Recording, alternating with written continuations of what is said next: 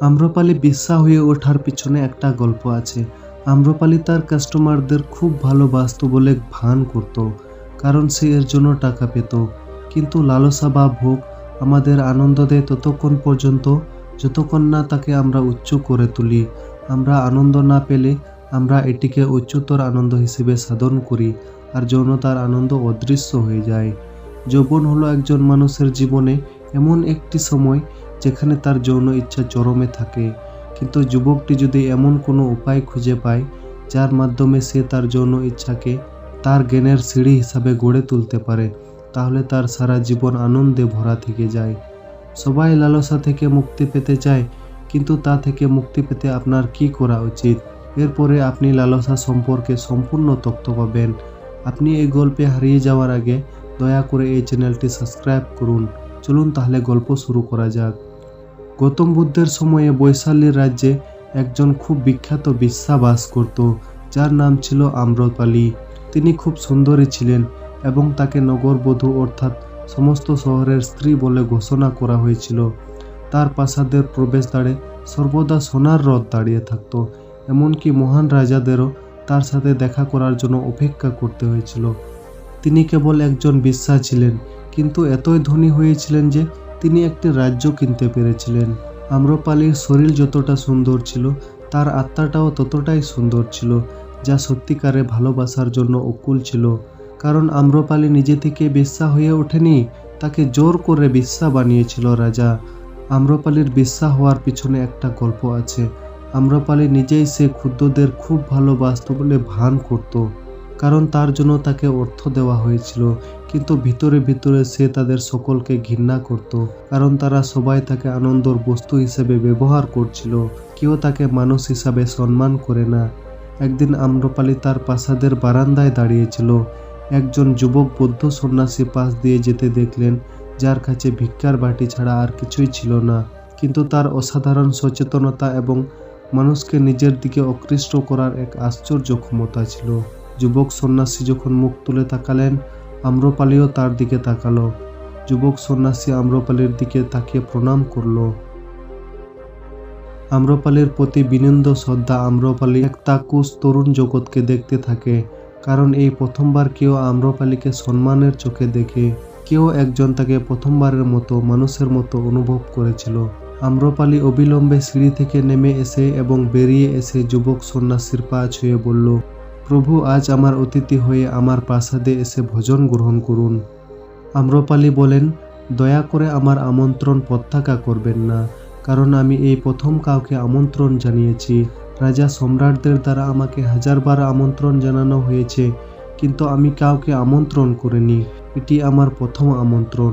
তরুণ সন্ন্যাসী সম্মানের সাথে আম্রপালির আমন্ত্রণ গ্রহণ করলেন। খাদ্য দেওয়ার পর আম্রপালি বলেন, প্রভু, আজ থেকে 3 দিন পর বর্ষাকাল শুরু হচ্ছে, যা চলবে 4 মাস, এবং আমি আপনাকে আমার বাড়িতে 4 মাস থাকার আমন্ত্রণ জানাচ্ছি।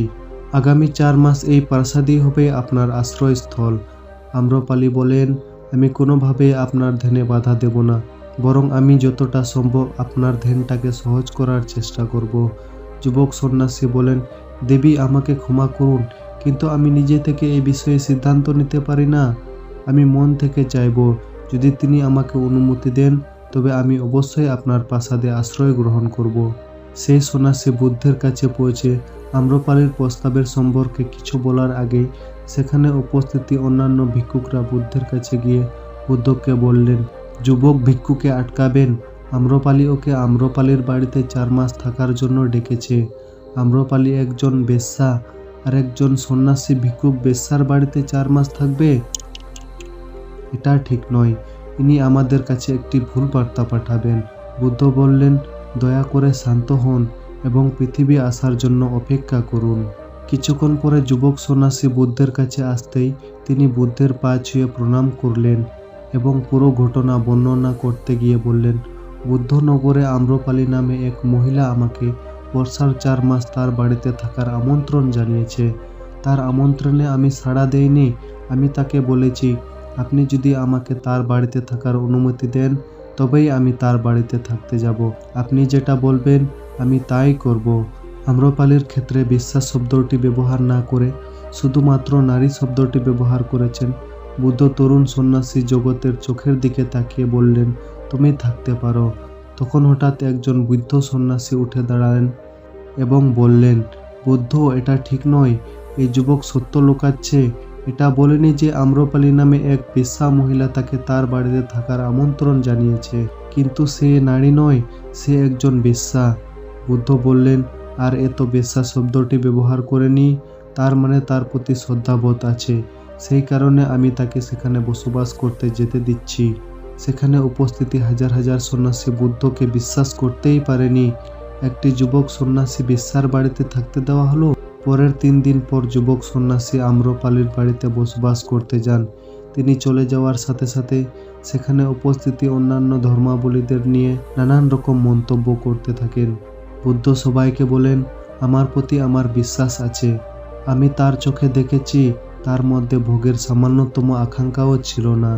যদি সে জানে যে সন্ন্যাসীর ধ্যান গভীর, তাহলে সে আম্রপালির হৃদয় পরিবর্তন করবে, এবং যদি সন্ন্যাসী ধ্যান গভীর না হয়, তবে তিনি তার হৃদয় পরিবর্তন করবেন।